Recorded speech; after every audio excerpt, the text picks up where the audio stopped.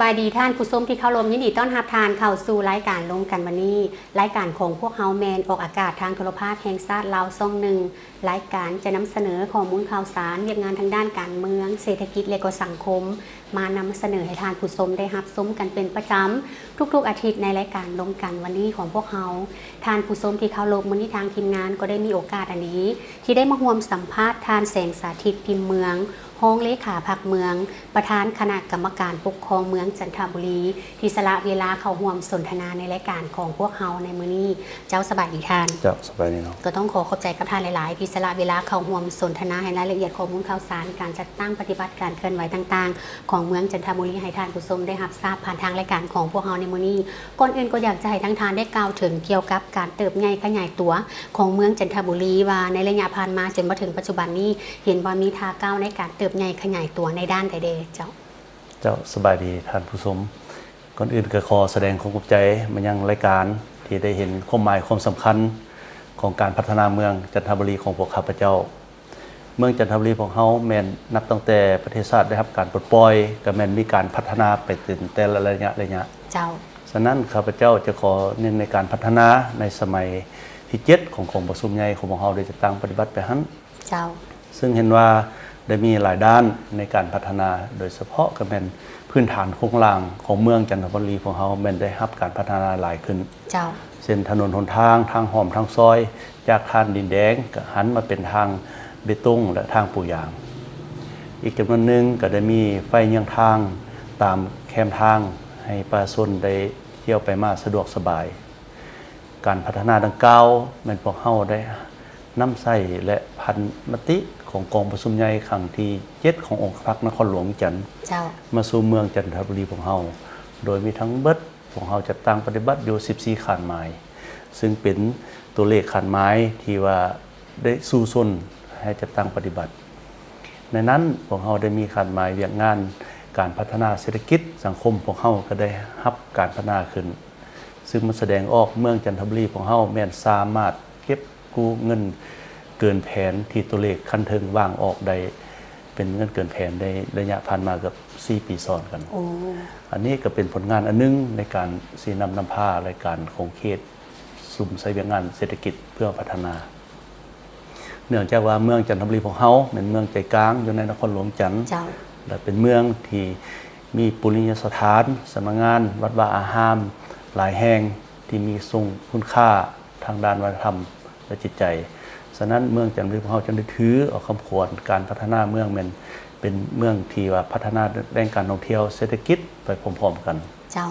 พร้อมทั้งเวียกงานป้องกันศาสตร์ป้องกันความสงบพวกเราได้ถือเป็นสำคัญเนื่องจากอยู่ในเมืองจันทบุรีของเราได้มีสำนักงานองค์การ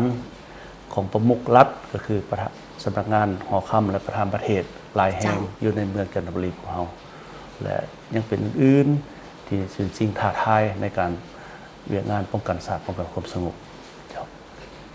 เจ้าก็ถือว่าเป็นการเติบใหญ่ขยายตัวในหลายๆด้านดังที่ทานได้กล่าวมาและมีความสนใจดังที่ทานได้เว้ามาแล้วว่าเมืองจันทบุรีของเฮาก็ถือว่าเป็นเมืองหนึ่งที่อยู่ใจกลางของนครหลวงเวียงจันทร์เพราะฉะนั้นอยากจะให้ทั้งทานได้ยกถึงเกี่ยวกับการพัฒนาทางด้านเศรษฐกิจสังคมภายในเมืองของเฮาว่าปัจจุบันนี้เป็นขึ้นใดๆเจ้าการพัฒนาเศรษฐกิจของเมืองจันทบุรีนี้ตัวเลขชีวัดที่พวกเฮาได้นึ่งในการจัดตั้งปฏิบัติพวกเฮาสามารถจัดเก็บอากรเข้าสู่ระบบแท็กลิสแล้วก็ออกทะเบียนให้บรรดาห้างห้านให้เข้าสู่กลไกของระเบียบของการค้าการพัฒนาทางด้านธุรกิจที่ว่าอยู่ในเมืองจันทบุรีที่ว่ามันพัฒนาขึ้นหลายก็มีสำนักงานโรงแรมที่เกิดขึ้นในหลายแห่งซึ่งมันแสดงให้ถึงว่ามีการพัวพันและก็มีการบริการจราจรสินค้าและการท่องเที่ยวอยู่ในเมืองของข้าพเจ้าได้เกิดมีสำนักงานโรงแรมใหญ่ๆหลายขึ้นอยู่ในนี้และต่อกับเวียกงานการท่องเที่ยวดังที่ทานได้เว้ามาอยากจะรู้ว่าทางเมืองเฮาได้เอาใจใส่ในการส่งเสริมขึ้นเอาใดเวียกงานวัฒนธรรมและท่องเที่ยวนี้เมืองเฮาก็เป็นหนึ่งที่ว่าได้จัดตั้งปฏิบัติและส่งเสริมให้มีการท่องเที่ยวและเช่นว่าท่องเที่ยวทางด้านวัฒนธรรมก็คือมีวัดศรีสะเกษและหอพระแก้วอยู่ในนี้นอกนั้นก็ยังมีการค้าการลงทุน การลงทุนก็อยู่คือการพัฒนาเขตแคมป์ของท่าวัดจันทร์พวกเขาได้ส่งเสริมให้นักท่องเที่ยวเที่ยวชมพระอาทิตย์ตกดินยามแรงแคมป์ของอันนี้อยู่ในเขตเมืองจันทบุรีของเราพร้อมนั้นยังได้อำนวยความสะดวกจัดสรรสถานที่รถที่นักท่องเที่ยวเข้ามาเที่ยวชมแคมป์ของอันให้อยู่ระบบแล้วก็อำนวยความสะดวกให้แก่นักท่องเที่ยวมาพักเช้าให้บรรดาโรงแรมที่อยู่ในขอบเขตเมืองจันทบุรีของพวกเขาเจ้าและต่อกับเกี่ยวกับเรื่องงานการก่อสร้างพื้นฐานโครงล่างดังที่ทานได้กล่าวมาก็ถือว่ากล่าวมาในจุดหนึ่งแล้วเพราะฉะนั้นอยากจะให้ทานลงลึกรายละเอียดว่าในระยะผ่านมาถือว่าเขาได้มีการจัดตั้งพันธขยายเกี่ยวกับการพัฒนาทางด้านพื้นฐานโครงล่างภายในเมืองของพวกเขาโดยรวมโดยเห็นผลจะแจ้งขึ้นเอาได้เจ้าในการพัฒนาพื้นฐานโครงล่างนี้ข้าพเจ้าก็ได้นำพาเวียกงานก่อสร้างหากฐานลงสู่พ่อแม่ประชาชนคันบ้านโดยมีการปลุกระดมพ่อแม่ประชาชนนักธุรกิจอยู่ในแต่ละบ้านมีส่วนร่วมในการสร้างทางห้อมทางซอยอยู่ในขอบเขตบ้านของตนด้วยทุนของประชาชนหอยสนลอยเจ้าซึ่งอยู่ในนั้นเป็นพวกเราสามารถจัดตั้งปฏิบัติได้42เส้นทางเป็นเงินเกือบ25ตื้อกว่ากีบอันนี้เป็นเงินของประชาชนมีส่วนร่วมโดยตรงก็ย้อนว่าพวกเราจะพันขยายเอาลดพรการนำใส่งบประมาณของรัฐก็ได้ระดมพ่อแม่ประชาชนให้มีการมีส่วนร่วมและปกปักรักษาเส้นทางดังกล่าวให้กับเจ้าเป็นผู้หนึ่งเป็นเจ้าการในรับผิดชอบในขอบเขตทางซอยของเข้าบ้านเฮือนซ่านของกระเจ้าเองเจ้าถือว่ากลุ่มออกจากส่วนห้อยแล้วในการก่อสร้างพื้นฐานโครงล่างภายในเมืองของพวกเราทั่วเมืองจันทบุรีนี้มีทางซอยอยู่296%พวกเราจัดตั้งปฏิบัติไปได้อยู่ 35% ของตัวเลขพื้นฐานนั้นก็เป็นสิ่งท้าทายในองค์คณะพรรคองค์การปกครองเมืองจันทบุรีของเราในสมัยที่8นี้จะสู้ซนให้จัดตั้งปฏิบัติให้ได้ 80% เพื่อจะก้าวเข้าไปสู่ลบล้างทางดินแดงอยู่ในทางซอยของเมืองจันทบุรีของเราเจ้าก็ถือว่าเป็นการพัฒนาทางด้านพื้นฐานโครงล่างโดยรวมดังที่ทานได้กล่าวมาและต่อการเรียกงานการก่อสร้างภาคพนักงานโดยติดพันกับการขยายมหาชนรุ่นสืบทอดที่ว่าก้าวเข้าสู่ลวกเลือกยางแข็งแรงทางเมืองของพวกเขาได้มีการเอาใจใส่ต่อปัญหานี่คือโนใดทางเจ้าการก่อสร้างภาคพนักงานและก่อสร้างพนักงานสืบทอดเป็นแทนนี้ก็เป็นหนึ่งบริมสิทธิ์ที่มีความหมายความสำคัญเจ้าในการองค์การปกครองเมืองของเราก็ถือสำคัญอยู่ขั้นหักฐานพวกเขาได้บิแบงแล้วก็นำผ้าพนักงานจำนวนลงก่อสร้างหักฐานการเมืองโดยสมทบกับทางกระทรวงและนครหลวงเพิ่นได้หันเอาพนักงานลักแรงลงมาก่อสร้างหักฐานอยู่เมืองจันทบุรีเขาหลังจากนั้นพวกข้าพเจ้าก็ได้แบ่งให้เป็นลงไปอยู่บรรดาบ้านพร้อมทั้งศึกษาอบรมและจัดตั้งปฏิบัติเวียกงานการเมืองแนวคิดอยู่ขั้นหักฐานอันพ้นเด่นที่พวกเขาสามารถจัดตั้งได้อยู่แต่ละบ้านสามารถสร้างสำสิกพักได้เพิ่มขึ้นนอกนั้นบ้านก็ยังมีความสงบปลอดภัยโดยพื้นฐานประชาชนมีความปองดองมีความสามัคคีประชาชนมีหลายชนชาติชนเผ่าอยู่ร่วมกันด้วยสันติบ่มีข้อขัดแย้งอยู่ในขั้นหักฐานอันนี้นอกจากการก่อสร้างพนักงานกับที่อยู่ขั้นหักฐานแล้วพวกเขายังได้มาลงสู่แขนงการของการอ้อมข้างของเมืองเพื่อส่งเสริมให้กับเจ้าได้เฮียนสนับสนุนเพื่อก้าวเข้าเป็นสมสิทธิพักสมบูรณ์เจ้าอันนี้ถือว่าเวียกงานพักของเฮาก็ได้จัดตั้งเห็นว่ามีพนักงานสมสิทธิพักเลื่อนเป็นแต่ระยะเจ้าก็ถือว่าเป็นความเอาใจใส่ของทางเมืองจันทบุรีที่ว่ามีโตการเวียกงานที่ว่าก่อสร้างพนักงานรุ่นสืบทอดเนาะดังที่ทานได้กล่าวมาและมีความสนใจอีกจุดหนึ่งทานเกี่ยวกับทางเมืองของพวกเขาเกิดคือดังที่ทานได้กล่าวมาแล้วว่าอยู่ใจกลางของนครหลวงเวียงจันทร์และก็เป็นเมืองที่ว่าพัฒนาทางด้านเศรษฐกิจเวียกงานการท่องเที่ยวต่างๆเพราะฉะนั้นเกี่ยวกับเวียกงานป้องกันชาติและก็เวียกงานป้องกันความสงบภายในเมืองของพวกเขาแม่นได้เอาใจใส่คือเราได้ไหนเจ้าอยู่ในขอบเขตเมืองจันทบุรีข้าพเจ้าเนื่องจากเวียกงานป้องกันชาติป้องกันความสงบนี้ก็ถือเป็นปัญหาสำคัญอันหนึ่งเมืองจันทบุรีของเฮานี้มีขอบเขตชายแดนอยู่ 1,500 เมตรฉะนั้นพวกเฮาก็ได้มีทหารชายแดน รับผิดชอบอยู่เขตแคมป์ของ เจ้าน อกจากนั้นอยู่ในขอบเขตเมืองแม่นพวกเฮาได้แบ่งให้บรรดาปกสกลุ่ม เจ้า และบ้านสมทบในการติดตามกวดกาเว้นยามเป็นแต่ละระยะ เจ้า เว้นยามเฝ้าระวังจุดสำคัญ โดยเฉพาะก็คือประตูไส้และหอค่ำแล้วก็สำนักงานประธานประเทศ อันนี้แม่นพวกเฮาก็ได้แบ่งให้กำลังพวกเฮาได้มอบให้แต่ละคันนอกจากนั้นพวกเฮาได้นำเอากำลังจากปกสลงสู่หากฐานการเมือง อ๋อ เพื่อกำหนดและจุดเป้าหมายอยู่ขอบเขตบ้าน เจ้า ติดตามกลุ่มแกงเพื่อรับประกันบ่ให้มีปรากฏการณ์ย่อท้อเกิดขึ้น อยู่ในหั้นแม่นได้สร้างส่งเสริมเรียกงานกองหลอน และปกสบ้าน ให้แต่ละบ้านรับประกันให้มีได้ปกสและกองหลอน ประจำอยู่แต่ละบ้าน เจ้า เจ้า เจ้าก็ถือว่าเป็นความเอาใจใส่อย่างตั้งหน้าของทางเมืองจันทบุรีต่อกับเรื่องงานป้องกันชาติและเรื่องงานป้องกันความสงบ แต่ว่าตอนนี้จะให้ท่านผู้ชมไปพักชมสิ่งที่น่าสนใจ จากทางรายการของพวกเขากันก่อนแล้วจึงกลับมาพบกันในระยะที่ 2 ของรายการน้มกันวันนี้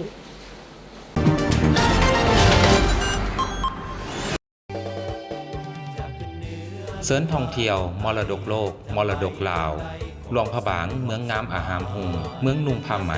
ขวัญใจนักท่องเที่ยวเมืองเกี้ยวคำหวานตำนานขับทุ่งอ้อหลามไซสะคานงานทรงเหือเดือนเก่าวัดเก่าแก่มากมีตาดกวงซีและทำติงเป็นมิงมรดกโลก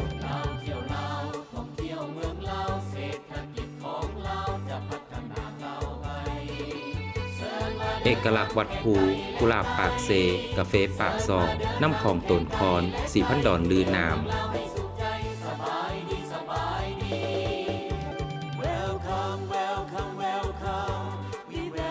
เมื่อเว้าถึงแคนบ่มีคนลาวผู้ใดที่บ่ฮู้จักแคนแม่นมีความผูกพันกับสายเลือดลาวกลายเป็นดนตรีประจำชาติมีเอกลักษณ์เฉพาะแต่หึงนานและเสื่อมซึมเข้าในชีวิตวัฒนธรรมของประชาชนลาวบรรดาเผ่าในทั่วประเทศ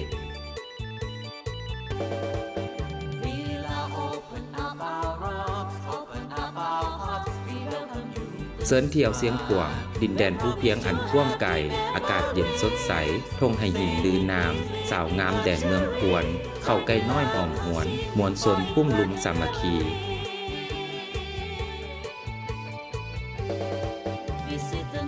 หัตถกรรมตำหูกพื้นเมืองจากภูมิปัญญาการตำหูกลายนาคของชุมชนเสื้อชาติลาวกลายเป็นมรดกท้องถิ่นมรดกแห่งชาติและมรดกนามธรรมของโลกเสริญท่องเที่ยวมรดกโลกมรดกลาวประเทศลาวสวยงามสมคำกล่าวขานซาก้องหรือไก่ใครได้มาเห็นก็ต้องหลงไหลในความเป็นลาว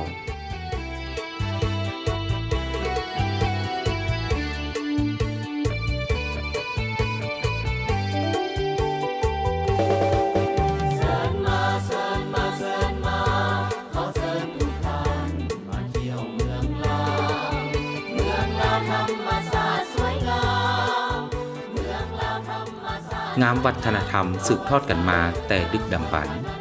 งามบูหานสถานงามมูลเสื้ออาหารวีละชนลาวประเทศลาวมีหลายชนเผ่าร่วมใจกันเข้าสร้างสรรค์บ้านเมืองพัฒนามีสายน้ำไหลเย็นลิ้นบ่ขาดมีสายน้ำไหลเย็นลิ้นบ่ขาดมีน้ำตกตาเที่ยวต้องซื่นใจ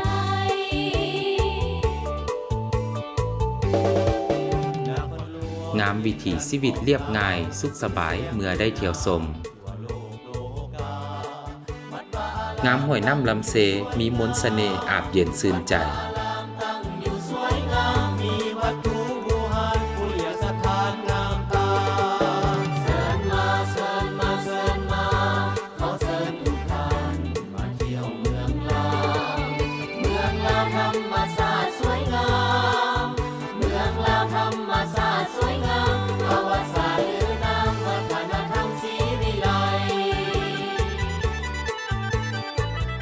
งามประเพณีงามหอยยิ้มไม้ตีหับแขกต่างเมืองท่องเที่ยวลาวท่องเที่ยวธรรมชาติบูหานสถานและวิถีการดำรงชีวิตอันดีงามของชนชาติลาวที่มีมนต์เสน่ห์ดึงดูดเมื่อได้พบเห็น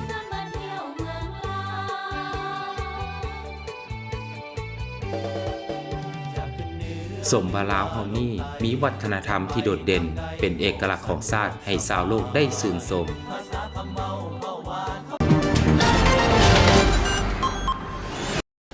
เจ้าท่านผู้ชมที่เข้าโลกก็กลับเข้ามาสู่ระยะที่ 2 ของรายการล้มกันวันนี้ซึ่งระยะทำอีกพวกเราก็ได้รับรู้กันไป เกี่ยวกับการเติบใหญ่ขยายตัวและการพัฒนาทางด้านต่างๆบ่ว่าจะเป็นทางด้านพื้นฐานโครงรางเรื่องงานป้องกันชาติป้องกันความสงบเรื่องงานการท่องเที่ยวกันไปแล้วส่วนก้าวเข้ามาสู่ระยะที่ 2 นี้ก็อยากจะให้ทั้งทานได้สืบต่อเกี่ยวกับเรื่องงานสาธารณะและการศึกษาภายในเมืองจันทบุรีของพวกเราทางเมืองแม่นได้เอาใจใส่ขึ้นเอาได้เจ้า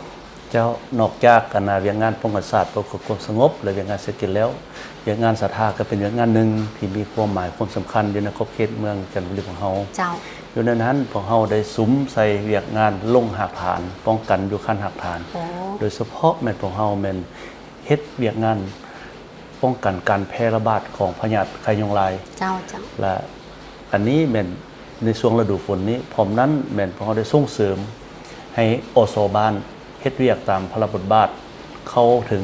เฮือนเข้าถึงพ่อแม่ประชาชนแต่ละครัวเฮือน เจ้า ทำลายแหล่งเพาะพันธุ์นอนน้ำมันจะเป็นกระโปะกระป๋องบอนที่มีน้ำท่วมขัง เจ้า อันนี้เป็นอสบ้านเฮาเฮ็ดอยู่ในคันหักฐานโดยสมทบกับแผนกก็คือห้องการสาธารณสุขของเมืองจันทบุรีของเฮาได้ส่งวิชาการเข้าไปเฝ้าระวังติดตาม เจ้า ในนั้นพวกเราได้มีการปล่อยยุ่งเสือโคตรบักเคีย เจ้า ยุ่งที่มีเสือโคตรบักเคียนั้นเพื่อไปทำลายยุงลายอยู่ในกาวซึ่งได้รับการสนับสนุนจากทางแผนกสาธารณสุขนครหลวงได้สมทบกับเมืองของข้าพเจ้า ซึ่งเวียงงานดังกล่าวเฮ็ดให้ว่าการแพร่ระบาดของไข้ยุงลายอยู่เมืองจันทบุรีมีขอบเขตจำกัด เจ้า ผมนั้นก็ยังได้ทำลายแหล่งเพาะพันธุ์ตามของนอนน้ำอยู่ตามห้วยของบึงส่งเสริมให้มีการพ่นยาฆ่าเชื้ออันไหนฆ่าทำลายแหล่งยุงลายฮั้น เจ้า อันนี้เป็นของเราได้เฮ็ดเป็นประจำเป็นขอบเขตเวียงงานสาธารณสุขของเรา เจ้า ต่อกับการศึกษาในทางเมืองเขาได้เอาใจใส่เนาะได้ เกี่ยวกับการศึกษาอยู่เมืองจันทบุรีของเราได้ส่งเสริมให้บรรดาโรงเรียนและออกนิติกรรมให้ของการศึกษาช่วยสร้างบรรดาโรงเรียนที่ภาครัฐคุ้มครอง เจ้า ด้วยทุนของพ่อแม่ประชาชนสมทบ จ้ะ การอนามัยการทาสีโรงเรียนนอกนั้นพวกเรายังมีจำนวนหนึงได้หันเป็นครูร่วมพัฒนาตามทิศของนครหลวงจันทร์ เจ้า เพื่อสร้างให้การศึกษาอยู่ขั้นท้องถิ่นให้มีความเข้มแข็งหลายๆโรงเรียนได้รับการพัฒนาขึ้นอยู่เขตเมืองจันทบุรี อืม จ้ะ เจ้าก็ถือว่าเป็นทางเวียกงานสาธารณะและการศึกษาภายในเมือง เจ้า จันทบุรีของพวกเราโดยดังที่ทานได้กล่าวมา และต่อกับการจัดตั้งปฏิบัติเวียกงานโดยรวมที่ผ่านมา เห็นว่ามีทั้งข้อสะดวกและข้อยุ่งยากหรือว่าสิ่งท้าทายที่ต้องได้มีการเอาใจใส่ปรับปรุงแก้ไขขึ้นเอาได้ทาน เจ้าเกี่ยวกับปัญหาที่อยู่ในเมืองจันทบุรีของเฮานั้นมีทั้งข้อสะดวกและข้อยุ่งยากหลายด้านหั้น เจ้า ฉะนั้นข้อสะดวกก็เป็นพวกเฮาย้อนได้รับการแนวทางนโยบายอันถูกต้องของพรรคผ่านการนำพาสีนำในการจัดตั้งปฏิบัติ ให้พวกเฮาสามารถจัดตั้งปฏิบัติได้มีผลสำเร็จหลายด้าน เจ้า แต่เคียงคู่กับปัญหาดังกล่าวพวกเขาก็ยังมีสิ่งท้าทายหลายที่โดยเฉพาะแม่นบานปรากฏการณ์ย่อท่อยังเกิดขึ้น เนื่องจากว่าเมืองจันทบุรีเขาเป็นจุดสุมแล้วก็เป็นทางผ่านของกลุ่มคนบดีจำนวนหนึ่งได้มาพักเศร้าหรือว่าเป็นทางผ่านไปหาเมืองอื่น เจ้า ๆจากการปัญหาดังกล่าวคณะพรรคของเขาก็ได้ติดตามในกลุ่มเป้าหมาย เพื่อแก้ไขในทวงทัน ปรากฏการณ์ย่อท้อเป็นปัญหาอันหนึ่งที่ว่าเมืองของเฮาก็ได้สุ่มใส่แก้ไข เจ้า เพื่อให้รับประกันและมีความสมั่นต่อพนักงานนักท่องเที่ยวที่มาพักเศร้าอยู่ในเมืองพร้อมเกี่ยวกับนั้นพวกเฮายังได้ติดตามกลุ่มเป้าหมายที่มาพักเศร้าติดตามคนลดคนเพิ่ม อันนี้ยังเป็นสิ่งท้าทายที่พวกเฮาสิพร้อมกับเวียงงานจัดสรรความเป็นระเบียบเรียบร้อยเนื่องจากเมืองจันทบุรีเป็นศูนย์การค้าทางด้านงานวัฒนธรรมและเศรษฐกิจชาวค้าขายผู้ประกอบการจำนวนหนึ่งก็ยังบ่ทันปฏิบัติระเบียบได้ดีเท่าที่ควร เจ้า โดยเฉพาะเป็นเวียกงานการว่างการก่อสร้างการก่อเทือบเงือบการกองหินกองสร้างใช้ทางย่าง เจ้า ชาวค้าขายจำนวนหนึ่งก็ได้มาขายเครื่องออกมาใช้ทางย่างเฮ็ดให้การสัญจรบ่มีความปลอดภัยและ เจ้า บ่มีความสะอาดจบงาม อันนี้เป็นสิ่งท้าทายที่พวกเราจะได้แก้ไขในอนาคตติดพันกับปัญหาจัดสรรคมเป็นระเบียบร้อยแล้วพวกเรายังมีปัญหาการแก้ไขขี้เหงื่อตกค้างซึ่งเป็นปัญหาฟุดเดือดอยู่ในสังคมทางเมืองพวกเราก็ได้ตั้งกลุ่มประสานกับทางผู้ประกอบการโดยเฉพาะก็คือนครหลวงถ้าว่าเห็นขี้เหงื่อตกค้างจำนวนใดยังบ่ได้มาแก้ไขก็แม่นได้ให้คะแนนการเกี่ยวข้องประสานหาทางนั้นมาแก้ไขให้ท่วงทันอันนั้นก็เป็นปัญหาสิ่งที่ท้ายของพวกเราแต่ว่าปัญหาดังกล่าวนี่พวกเรายังบ่ทันได้สามารถได้ว่าพวกเราแก้ไขได้ 100% ย้อนมันมีหลายภาคส่วนหลายองค์การที่ได้มีส่วนร่วมในการจัดเก็บขี้เหงื่ออยู่ในตัวเมืองของพวกเราเจ้า ก็เป็นทั้งข้อสะดวกและก็มีหลายๆปัญหาสิ่งที่ท้าทายที่ทางเมืองจะต้องได้มีการปรับปรุงแก้ไขดังที่ท่านได้กล่าวมาเจ้าและเพื่อเป็นการส้มเสยของประชุมใหญ่ครั้งที่8ขององค์คณะพรรคนครหลวงที่หาก็ผ่านไปนี่ทางเมืองของพวกเราแม้นได้มีส่วนร่วมในการสร้างขบวนการเพื่อต้อนรับกองประชุมดังกล่าวในระยะที่ผ่านมาคือเอาใดท่านเจ้าก่อนกองประชุมใหญ่ครั้งที่8ขององค์คณะพรรคนครหลวงวิจันทร์จะได้จัดขึ้นนั้นแม่นเมืองพวกเฮาแม่นได้พวกระดมพ่อแม่ประชาชนเฮ็ดขบวนการติดทุ่งพักทุ่งสาดทุ่งทิวเจ้าพร้อมทั้งเฮ็ดอนามัยตามตะคองห้องน้ำถนนหนทางและเอาทุ่งพักทุ่งสาดทุ่งทิวที่เก่าออกเห็นว่าเป็นขบวนการฟื้นฟื้นติดพันนั้นจากเวียกงานขบวนการแล้วพวกเฮายังได้สร้างขบวนการกีฬา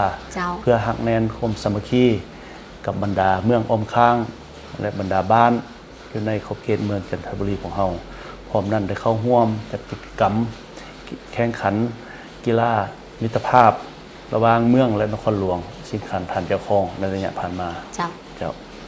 เจ้าและในระยะที่ผ่านมาทางเมืองจันทบุรีของพวกเราได้มีการพัวพันร่วมมือกับทางภายในและต่างประเทศขึ้นใดเพื่อเป็นการพัฒนาทางเมืองของพวกเราโดยตรงเจ้าเมืองจันทบุรีพวกเรานี้ก็ถือว่าเป็นเมืองที่ได้รับการพัวพันเป็นเมืองแห่งเซียวทางภายในและต่างประเทศโดยเฉพาะมันต่างประเทศพวกเราได้เป็นเมืองแห่งเซียวตามทิศทางของพรรครัฐนั้นแม่นสสเวียดนามแม่นพวกเราเป็นเมืองแห่งเซียวกับเมืองหนเกียมเจ้าส่วนสปปจีนแม่นพวกเราได้เป็นเมืองแห่งเซียวกับเมืองเซาหยางของนครหลวงปักกิ่งเจ้าส่วนอยู่ทางภายในพวกเรายังมีการแห่งเซียวกับเมืองนครปักเซแล้วก็อีกมุมนี้พวกเราจะได้สืบต่อสายสัมพันธ์กันพัวพันร่วมมือทางภายในโดยเฉพาะกับที่มีการพัวพันถึงนครหลวงบางและนครสวรรณเขตซึ่งระยะผ่านมาพวกเราก็ได้จัดตั้งแหลกเปลี่ยนพบปะกันมาได้ระยะหนึ่งได้แล้วเจ้าก็เป็นการพัวพันร่วมมือกับทางภายในและต่างประเทศในหลายด้านเนาะที่ทางเมืองจันทบุรีได้จัดตั้งปฏิบัติในระยะที่ผ่านมาและที่ผ่านมาเกี่ยวกับการจัดตั้งปฏิบัติเรียกงานโดยรวมดังที่ทานได้กล่าวมาเห็นว่าเขาสามารถญาติมาได้ผลงานที่พ้นเด่นโดยรวมขึ้นใดในท่านเจ้าเกี่ยวกับการพัวพันกับต่างประเทศและภายในนี้ถือว่าผลงานที่พวกเขาสามารถยัดแยงได้คือได้รับการช่วยเหลือจากนครปักกิ่งก็คือเมืองเซาหยางได้มีการช่วยเหลือทางด้านอุปกรณ์เป็นรถล่วงห้องระบายน้ำแล้วก็รถแก้ขี้เหงื่อจำนวนหนึ่งซึ่งระยะผ่านมานี่ก็ถือว่าทางเมืองเซาหยางนครหลวงปักกิ่งก็เคยให้การช่วยเหลือกล้องวงจรปิดอยู่ขอบเขตทั่วเมืองของพวกเราในตึมเจ้าและเฉพาะทิศทางแผนการและต่อหน้าทางเมืองจันทบุรีของพวกเราไม่ได้วางเป้าหมายหรือจุดสุ่มในการพัฒนาทางด้านใดเพิ่มเติมบ่ทันเจ้าในทิศทางต่อหน้าองค์การปกครองเมืองจะเพิ่มเขาจะได้วางจุดสุ่มเพื่อแก้ไขให้ปฏิบัติตาม19แผนงานของเมืองจันทบุรีผลออกหันให้ไปเป็นจากโครงการให้มาเป็นแผนงานให้การจัดตั้งปฏิบัติให้ได้รับผลโดยเฉพาะแม่นพวกเราจะสู้ส้นในการสร้างทางหอมทางซอยหรือทุนสมทบหรือจะเป็นทุนของพ่อแม่ประชาชนให้ได้ 85-90% ต่อไปเจ้าก็เป็นทิศทางแผนการต่อหน้าโดยรวมดังที่ทานได้กล่าวมาและมาฮอดตอนนี้ก็ถือว่าเป็นตอนท้ายรายการของพวกเรากันแล้วก่อนจะจากการทานมีอย่างที่จะฝากถึงบรรดาท่านผู้ชมที่กำลังรับชมรายการของพวกเราอยู่ทางบ้านตอนนี้ขอเชิญเลยท่านเจ้าก็อีกทีนึงข้าพเจ้าก็ขอแสดงความใจมายังคณะรายการ ก็ขอฝากถึงบรรดาท่านพ่อแม่ประชาชนชาวนครหลวงจันทร์ก็คือชาวเมืองจันทบุรีและองค์การภาคส่วนภาครัฐและหัวหน้าธุรกิจห้างห้านอยู่นครหลวงจันทร์ก็คือเมืองจันทบุรีทุกทั่วหน้าจงช่วยกันเป็นเจ้าการในการพัฒนาเมืองจันทบุรีโดยเฉพาะเวียกงานรักษาความสะอาดของตัวเมืองจัดสรรความเป็นระเบียบเรียบร้อยเอาใจใส่ในการเป็นหูเป็นตาเวียกงานป้องกันศาสตร์ป้องกันความสงบติดตามกลุ่มคนบดีมาเคลื่อนไหวหรือมาพักเศร้าอยู่ในขอบเขตเมืองจันทบุรีถ้าเห็นปรากฏการณ์อันใดก็ขอให้รายงานเจ้าหน้าที่อยู่คันบ้านโดยเฉพาะกระแม่นปกสบ้านปกสกลุ่มเพื่อให้แก้ไขปัญหาให้ท่วงทันกับสภาพการเจ้าและมาฮอดตอนนี้ทางทีมงานรายการร่วมกันวันนี้ก็ต้องขอบใจกับท่านอีกครั้งหนึ่งที่สละเวลาเข้าร่วมสนทนาในรายการในมื้อนี้และก็ต้องขออวยพรไซอันประเสริฐให้ท่านนั้นประสบผลสำเร็จในหน้าที่เวียกงานทุกประการขอบใจหลายๆ จะขอบใจเนาะเจ้าท่านผู้ชมที่เคารพมาฮอดนี้เวลาของรายการร่วมกันวันนี้ก็ได้หมดเวลาลงเพียงเท่านี้พบกันใหม่โอกาสหน้าสำหรับมื้อนี้ข้าพเจ้าสุรินทราสุติธรรมพร้อมด้วยแขกรับเชิญขอลาท่านผู้ชมไปก่อนพบกันใหม่โอกาสหน้าสำหรับมื้อนี้ขอให้ทุกท่านโชคดี